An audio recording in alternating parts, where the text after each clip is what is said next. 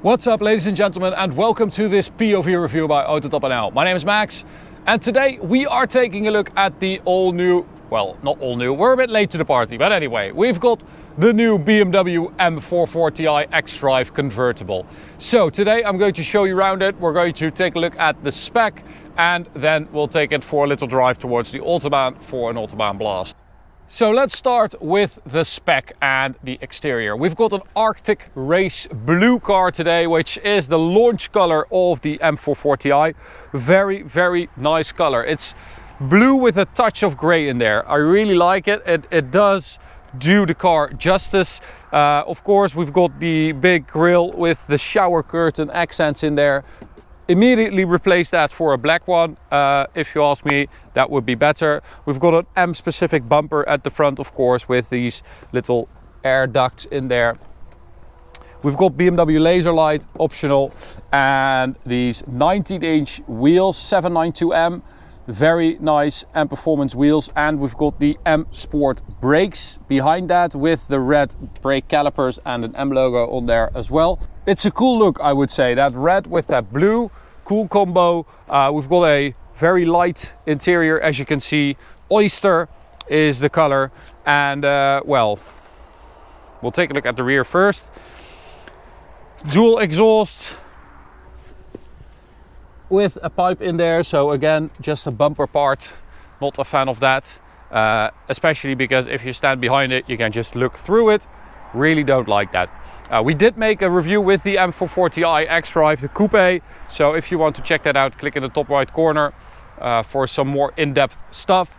I'm going to focus on the convertible stuff today. So let's take a look at the trunk.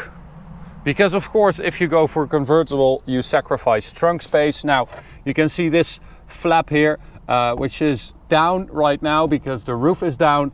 But if you have the roof up, you can fold this away and you have a lot more space, a lot more usable space, especially because right now, you know, you've got this first part and then a lower second part behind that. But it's not bad, and the trunk space actually is more than with the previous 4 Series convertible. So that is something at least. Can I close the roof with the remote? So there it goes, 18 seconds. It takes for the roof to close and open. And as you can see, we've got a fabric roof back. Yes. Awesome. Because with the last 2 3 and 4 Series convertibles, we had that horrible steel folding roof with those exposed hinges. Absolutely horrible. Way too heavy, way too ugly. This is much, much better. Now, of course, we knew that this was coming. The 2 Series and the 8 Series already had a fabric roof, but this is just so much nicer. I like this so much better. It's just a better construction for a convertible. It already adds a lot of weight, so having a steel folding roof just adds even more, which I don't like. It's also why I don't really like convertibles, because they're 9 out of 10 times worse than the coupe they're based on. But let's talk about the convertible compared to the coupe. So this weighs 1965 kilos, which is 150 kilos heavier than the coupe, which is mainly because they added reinforcements in the rear and front bulkheads and in the floor to keep it rigid and stiff, so it still handles like an M440i should. Now let's take a look at the engine. B58, 374 horsepower, 500 newton meters of torque with 48 volt mild hybrid technology. You don't really notice that while you're driving, just that the start stop is super quick. That's basically it. It's not really noticeable, but it's there and it improves the efficiency of the engine, so fine by me. So not much to see there, you know about this engine. We've talked about this engine a lot.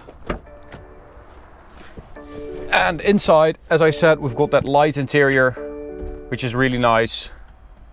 Always prefer that in a convertible. So we'll open the roof again and get this wind deflector up.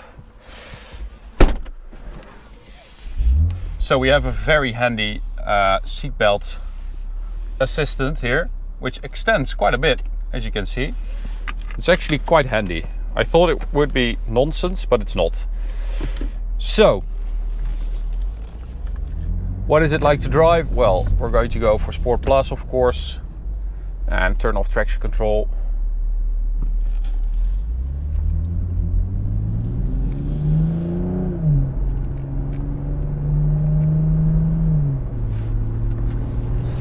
Because even though we have xDrive, you know, it is BMW xDrive, so we still have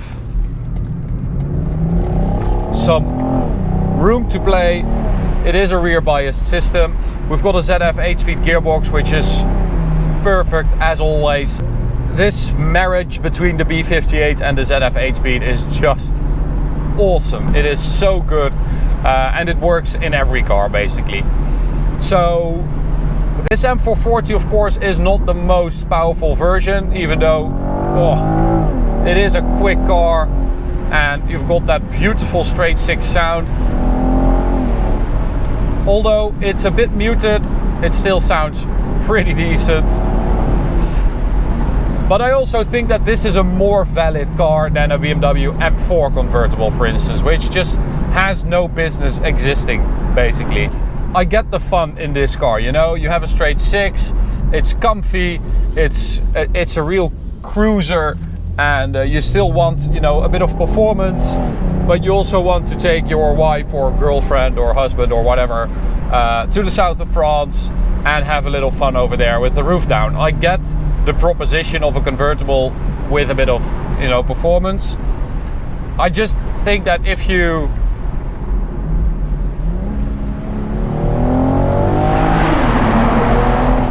value performance, a convertible is rubbish basically, because you can really feel that this car is less stiff, less sharp than an M440i. So yeah, I do get this car, I don't get the M4 convertible. But I also think that BMW did a really good job of separating the M4 and M440i, because it feels like a completely different animal. Okay, just close the roof for the Autobahn part. And we've got a speedo cam, of course.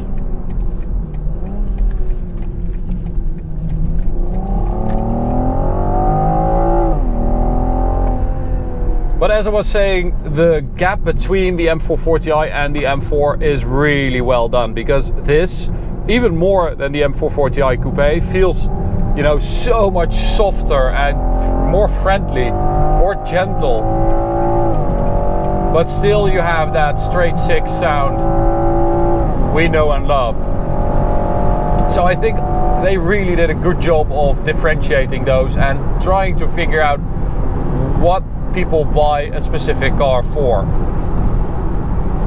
Even though I don't really like convertibles as a principle, I do kind of like how they positioned this one, and I think it might actually be better or more suitable as an M440i convertible over coupe. Okay, so let's see if we can get some space. Still a quick car, of course, even though it's a bit heavier. 4.9 seconds to 100 according to BMW. We actually measured a 4.55, so that's a lot quicker than BMW says. That's the limiter, 254 on the speedo, which actually is 243 GPS. 243, what's that about? That's not the first time we've encountered that with these M Performance. I think it was the M540i facelift, if my memory serves me right, which also had a lower top speed than claimed, which I don't really understand, because 243 is closer to 240 than to 250, so something is really wrong with that. I really don't like that. 100 to 200, of course, we also measured that 11.49 seconds, which is about 4/10 slower than the coupe, which seems about right with the weight increase.